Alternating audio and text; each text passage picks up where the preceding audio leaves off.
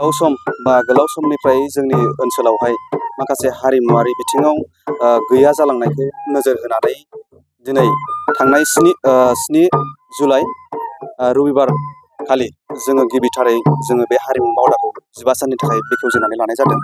दा बेवहाय जोङो जोंनि ओनसोलनि साफ्रोमबो रायजो राजानि जे मोनसे गोमालांनायखौ जोङो बिथांमोननो दिन्थिलांनो थाखाय आरो जोंनि ओनसोलाव मोनसे हारिमुवारि खौ गोजोर खालामनानै लाखिनो थाखाय नैबे 15 साननि हारिमु मावबादाखौ बेखेवनाय जादों।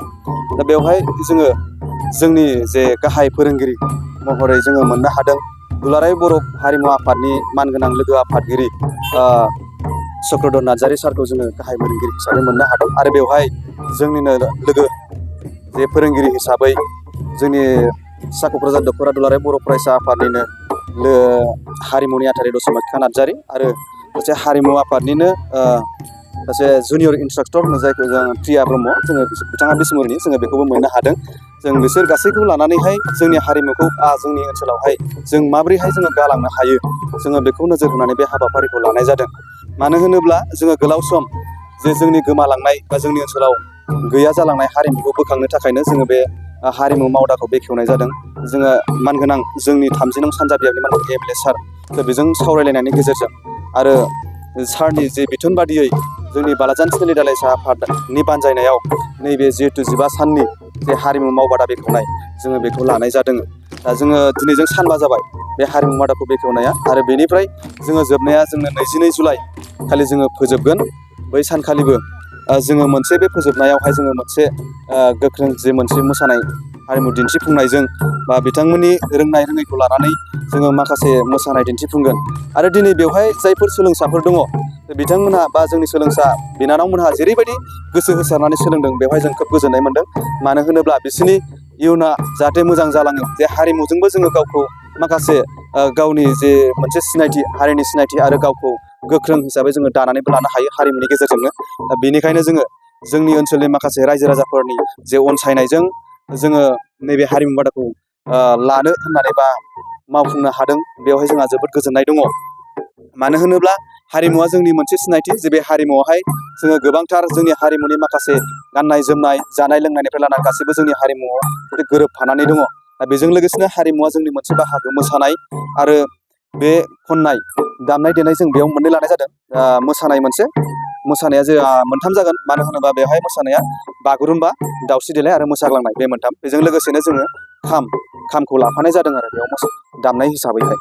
दा बेवहाय हारिमुनि बिथिङाव बुंनो थाङोब्ला जोङो बेखौनो मोजां मोनदों जे जोंनि लाइमोनफ्राबो जाहाथे बायहेरायाव जुदि जोंनि स्कुल बन्द' होनानै बा गरम बन्द' होनानै जाहाथे गुबुन गुबुन जायगायाव बा अहाया बेरायलाबायनाय आलासि जादलाबायनाय जाहाथे बैफोरबायदियाव थाङालासिनो जोंनि मोनसे मोजां हाबाफारियाव फैनानै जाहाथे बिमा बिफाया गावनि गथ'फोरखौ थुलुंगाखां होयो। नैबेबायदि थासारिखौ नायनानै बा जोंनि माखासे लाइमोनफोरनि माखासे थासारिखौ नायनानै जोङो बे हारिमु मावबादाखौ जोङो बेखेवनाय जादों। साबेसेसो बाहागो लादों? बेवहाय हारिमुआव जेरै मोसाखावरिफोरा बा बिनानावमोनहा मोसाखावरि बिनानावमोनहा गासै दाख्लै जागायजेननायनिफ्राय दिनैसिमहालागै सा 62नि बारा दङ दिनैहाय। दा बेवहाय जोङो जोबजासिमाव जोङो बांसिनै जे मोननो हागोन जों बेखौ आसा खालामदों। माखासे फैबाय थाबावगोन गोदानबो दङ। हौवासाफोरनिफ्राय मोसानायाव सासेल' गथ' बाहागो लादों जायखौ जोङो नामखौ आं बावबाय।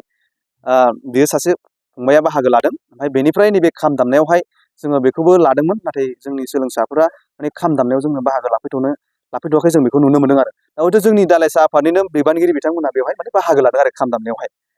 जाहाथे जोंबो सोलोंनानै लानो हायो जोंबो मोनसे मोजां माबा खालामलांनो हायो बेखौ आरो।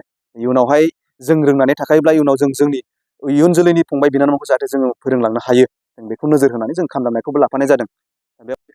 बे ओनसोलनि रायजो राजाफ्रा आरो नैबे लावरिपारा गामिनि मानगोनां गावबुरानि जिहेथु माखासे बिथोन मोननानै जोङो माने बिथांजों खावलायनाय जादों जाहाथे नैबे लावरिपारा गामिनि जिथु फोथार बेखौ जोंनो 15 साननि थाखाय जोंनो हारिमु मावबादा खुंफुंनो थाखाय जोंनो 15 साननि थाखाय खाबु होनायनि थाखाय आं नैबे लावरिपारा गामिनि गावबुराजों लोगोसे रायजो राजाफोरनिसिम आं साबायखर बावहरदों।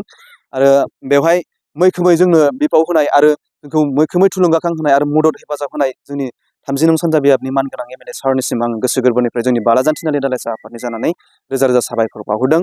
इयुनावबो जोंखौ बेबायदिनो मदद होलांबाय थागोन आरो जोङो जोंनि जिहेथु थांखि बे थांखिया अराय जाफुंसार जागोन आं बेखौ आसा थिदों।